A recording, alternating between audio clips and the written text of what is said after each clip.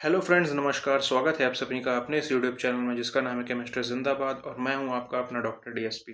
तो जैसा कि आप सभी को पता है कि क्रैश कोर्स लेकर के आया हूं मैं आपके लिए यूपीएससी सीएमएस 2026 के लिए। और अपन सबसे पहले शुरुआत की है अपन ने सर्जरी के साथ, जिसमें अपन कवर करने वाले हैं 200 क्वेश्चंस इन 2 आवर्स। तो ये आपका पार्ट 2 है। अगर आपने पार्ट 1 नहीं देखा है तो मैंने आपको उसकी लिंक नीचे दे दी है वीडियो के डिस्क्रिप्शन में। आप प्लीज़ वहाँ पर जाइए, पहले उसको देखिए और फिर अपन शुरू करेंगे पार्ट 2। तो चलिए बिना किसी देरी के शुरू करते हैं पार्ट 2 ऑफ दिस सीरीज। तो यहाँ पे मैं आपको सारे के सारे हाई यील्ड टॉपिक्स कवर करवा रहा हूँ, ठीक है। और इसमें जो पहला टॉपिक है वो है आज के लिए अपना lymphoedema following the breast cancer treatment. तो ब्रेस्ट कैंसर के ट्रीटमेंट के बाद अपन ने देखा कि बहुत से पेशेंट्स में लिम्फेडिमा देखने को मिलता है, ठीक है। तो इंसिडेंस जो है it has decreased due to rarely combining radical axillary dissection and radiotherapy. तो इंसिडेंस जो है वो डिक्रीज क्यों हुआ है? क्योंकि अपन रेयरली ही कंबाइन करते हैं रेडिकल एक्सिलरी डिसेक्शन को और रेडियोथेरेपी को।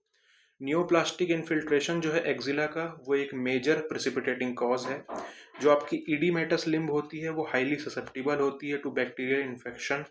और जो लिम्फेडिमा है ये अक्सर एसोसिएटेड पाया गया है हैवीनेस, एकिंग एंड पेन के साथ। दूसरा जो टॉपिक है आज के लिए वो है अपना कॉम्प्लिकेशंस जो कि अराइज करेंगे from a single blood transfusion, ठीक है। तो एलर्जिक रिएक्शंस हो सकती हैं, आपकी ट्राली हो सकती है यानी कि transfusion related acute lung injury, air embolism देखने को मिल सकता है और आपको बैक्टीरियल इन्फेक्शन भी देखने को मिल सकता है due to faulty storage of blood after a single blood transfusion. उसके बाद जो अपना अगला टॉपिक है आज की वीडियो का वो है कि according to national pressure ulcer advisory panel जो करेक्ट स्टेजिंग क्राइटेरिया है वो क्या क्या है प्रेशर अल्सर के लिए। तो अपन के लिए जो इम्पोर्टेंस रखते हैं वो रखते हैं स्टेज 2, 3 एंड 4, ठीक है। तो जो स्टेज 2 होता है उसमें पार्शियल थिकनेस लॉस होता है डर्मिस का, ठीक है। तो एक पार्शियल थिकनेस लॉस ही होगा डर्मिस का।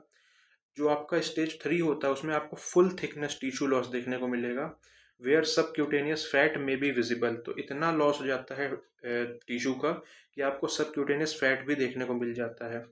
और जो स्टेज 4 है वो और एडवांस्ड होता है, यहाँ पे फुल थिकनेस टिश्यू लॉस होता है और उसमें साथ ही साथ आपको बोन, टेंडन और मसल ये भी एक्सपोज हो जाते हैं। तो स्टेज 2 में सिर्फ partial thickness loss of dermis होगा, स्टेज 3 में फुल थिकनेस टिश्यू लॉस होगा जहाँ पे सबक्यूटेनियस फैट देखने को मिलेगा, और स्टेज 4 में फुल थिकनेस टिश्यू लॉस होगा विथ एक्सपोज्ड बोन, टेंडन और मसल। उसके बाद अगला जो टॉपिक है आज का उसमें है अपना कि डायग्नोसिस जो है एट्रोजेनिक न्यूमोथोरेक्स का वो आप कैसे करोगे फॉलोइंग सब क्लेवियन वेन पंक्चर, ठीक है। तो सब क्लेवियन वेन पंक्चर किया उसके बाद जो न्यूमोथोरेक्स होता है ना, इसको अपन एट्रोजेनिक न्यूमोथोरेक्स कहेंगे कहेंगे तो वो कैसे, किस किन किन चीज़ों से वो सजेस्ट होगा। तो अगर आपके पेशेंट में सडन डेवलपमेंट हो जाता है सीवियर ब्रेथलेसनेस का, साथ ही साथ अगर अपसेंट ब्रेथ साउंड्स हैं, अगर आपने ऑस्कल्टेशन किया पेशेंट का और उसमें अपसेंट ब्रेथ साउंड्स दिख रहे हैं तो वो भी बताएगा कि एट्रोजेनिक न्यूमोथोरेक्स हो गया है। अगर आपको इप्सीलेटरल टिम्पेनाइटिक परकशन मिल रहा है और अगर आपको हॉलो ड्रम लाइक साउंड मिल रहे हैं ऑन द चेस्ट, तो ये सारी की सारी जो हैं वो सजेस्ट करती हैं कि पेशेंट को एट्रोजेनिक न्यूमोथोरेक्स हुआ है सब क्लेवियन वेन पंक्चर करने की वजह से, ठीक है। उसके बाद जो है अगला टॉपिक वो है अपना पायोडर्मा गैंग्रीनोसम। तो पायोडर्मा गैंग्रीनोसम को आप कैसे कैरेक्टराइज करेंगे? तो क्यूटेनियस अल्सरेशन देखने को मिलेगा आपको पायोडर्मा गैंग्रीनोसम में, और साथ ही साथ उसमें जो एजेस होंगी ना वो अंडरमाइंड एजेस होंगी और वो पर्पल कलर की होंगी। उसके अलावा पायोडर्मा गैंग्रीनोसम जो है वो सेकेंडरली होता है। तो किसकी वजह से सेकेंडरली होता है? हाइटेंड इम्यूनोलॉजिकल रिएक्टिविटी, है ना, जैसे कि आईबीडी हो गया तो वहाँ पे आपकी जो इम्यूनोलॉजिकल रिएक्टिविटी है वो बहुत ज़्यादा बढ़ जाती है और उसकी वजह से ये देखने को मिलता है। पायोडर्मा गैंग्रीनोसम जो है वो एक inflammatory non infectious neutrophilic dermatosis होता है। कल्चर जो है वो टिपिकली स्टराइल मिलेंगे, है ना, क्योंकि ये नॉन इन्फेक्शियस है ना। तो आपका जो कल्चर होगा वो कम्प्लीटली फ्री होगा सारे के सारे लिविंग माइक्रो ऑर्गेनिज्म से, like bacteria, viruses, fungi and spores. और जो आपके लीजन्स हैं वो जनरली रिस्पॉन्ड करते हैं स्टेरॉइड्स को। नेक्स्ट टॉपिक जो अपन देखने जा रहे हैं वो है टिश्यू सेपरेटिंग मेशेस के ऊपर, ठीक है।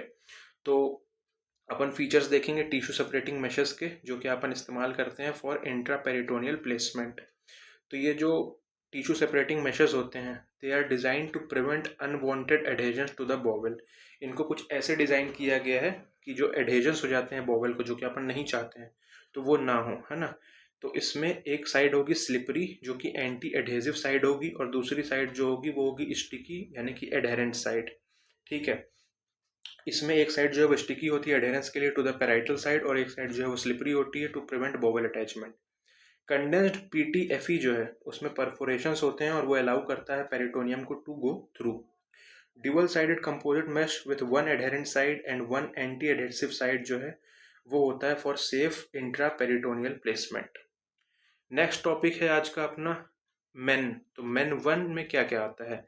मेन वन में आपको याद रखना है कि 3 पीज होते हैं, P for parathyroid, P for pancreas और पी फॉर पिट्यूटरी। ठीक है। तो आपको ऊपर से शुरू करना है। सबसे ऊपर होगा आपका पिट्यूटरी यानी कि एंटीरियर पिट्यूटरी की बात कर रहे हैं। फिर आपका गर्दन में आएगा पैराथायरॉइड, और फिर आपका नीचे पेट वाले एरिया में आ जाएगा पैंक्रियास। एंडोक्राइन पैंक्रियास इसमें इन्वॉल्व होता है। ठीक है। तो अगर आपको पीनियल ग्लैंड दे दें तो आपको कंफ्यूज नहीं होना है, क्योंकि जो पीनियल ग्लैंड है it is not part of main one. इसमें सिर्फ 3 ही चीज़ें होंगी, एंटीरियर पिट्यूटरी होगी, एंडोक्राइन पैंक्रियाज एंड ड्यूडनम होगा, और पैराथायरॉइड ग्लैंड्स होंगी। नेक्स्ट टॉपिक इज कि कौन कौन से सोर्सेज हैं इलेक्ट्रॉनिक इन्फॉर्मेशन के in the field of surgery. तो यहाँ पे इलेक्ट्रॉनिक इन्फॉर्मेशन के बारे में बात की जा रही है। तो पहला है पबमेड जो कि मेडलाइन डेटाबेस है, दूसरा है एमबेस, और तीसरा है कोक्रेन लाइब्रेरी। ठीक है। PubMed US national library of medicine जो है वो प्राइमरी डिजिटल हब है, ना कि कोई फिजिकल लाइब्रेरी। अगला टॉपिक है अपना ट्रायंगल ऑफ डूम के बारे में। ट्रायंगल ऑफ डूम बहुत ही इंपॉर्टेंट टॉपिक है, बहुत बार पूछा गया है, तो एक बार इसको भी अपन चलिए रिवाइज करते हैं। जब अपन लेप्रोस्कोपिक इंग्वाइनल हर्निया का रिपेयर करते हैं तो वहाँ पे अपने को ट्रायंगल ऑफ डूम देखने को मिलता है। ठीक है। तो इसमें क्या होगा, मीडियली मीडियली आपको वास्ट डिफरेंस देखने को मिलेगा। लेटरली यहाँ पे स्पर्मेटिक वेसल्स होंगी। ठीक है। और उसके बाद अलावा पेरिटोनियल फोल्ड भी होते हैं। ठीक है। तीसरे साइड की जो बाउंड्री बनेगी ट्रायंगल की वो पेरिटोनियल फोल्ड से बनेगी। इसमें जो एक्सटर्नल इलियक आर्टरी है ना, तो वो विद इन द ट्रायंगल होती है, और जो जेनाइटल ब्रांच ऑफ जेनाइटोफीमोरल नर्व है वो हिडन होती है बाय द फेशिया।